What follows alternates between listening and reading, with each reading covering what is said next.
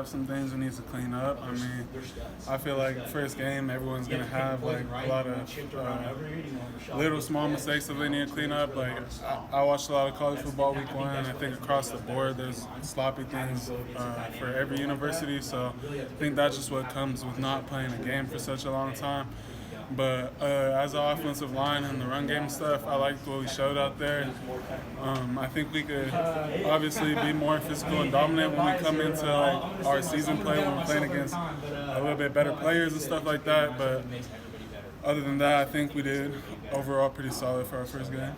When it comes to penalties, how much has that been a discussion this week? And then just what do you think contributed to the way that the team played in that regard?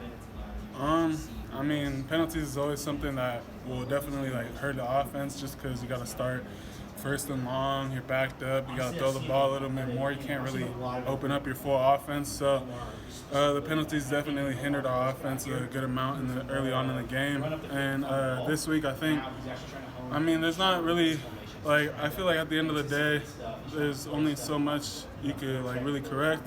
You just got to keep your feet moving, hands in the right spot, and I think that's something that we work on a day-to-day basis. We just got to clean it up when it really matters. To what would you attribute the penalties? Was it nerves, excitement about playing in front of a crowd again? Were there any common factors, do you think? To be honest, I mean, I don't know. I feel like, I mean, there's other players. I feel like that's a question you got to ask them. I don't know what they were thinking when they got the penalties, to be quite honest with you. Right. In terms of your confidence and your comfort as you've made the transition to center and snapping the ball, what has that process been like, and what was it like being out there with live game reps for that? Yeah, I mean, the last time I took center reps in a live game goes back to my second game freshman year against Sac State. So, I mean, I've had a lot of reps in between now, making the transition from left guard last year. So I feel like overall, like the calls and everything, each week, kind of changes based on what the defense does, but we got our coaches out there game planning and stuff, so I think they'll always have me in the right position each week going forward, feel comfortable with it. What impresses you most about Case Hatch, the job he's doing? I mean, really, he came in the same time as me, and he started off as a linebacker, so just seeing him transition to a fullback, they're asking him to kind of do something completely different in a way, because in defense, you see the ball, you go to the ball. Offense, you have kind of structures or a pre-assigned person that you got to block pre-snap.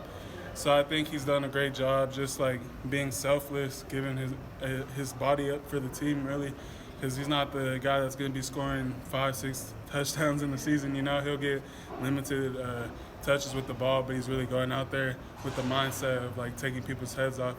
And it's cool to see because he goes out there with the mindset of an offensive lineman, but he's athletic enough to run around like a skill guy. So, can you give us your perspective on your running backs and what makes them so effective, and what it's like for you as an offensive line blocking for those guys? I mean, I think the thing that makes them special is that they could break tackles, getting up to second level, stuff like that, as well as like their cutback vision. I think they see the holes pretty well. And when you have running backs that are going to keep fighting for extra yards, it's just great to feel because you're not doing all the work out there. You know they're going to get a couple extra yards even after your guys no longer being blocked. What did you think of the tight ends' performance in that first game? Because they blocked pretty well and then also were involved in the passing game. What did you think? Yeah, I mean, it was definitely impressive just because the past couple of years that I've been here, I feel like the tight ends weren't incorporated as much into the offense. So just seeing like Curtis Hodges, that's one of my boys, going out there making plays, it was really good to see because he's finally getting his opportunity to show what he could do. How much more dynamic does Curtis make this offense when he's really involved the way he was against Southern Utah?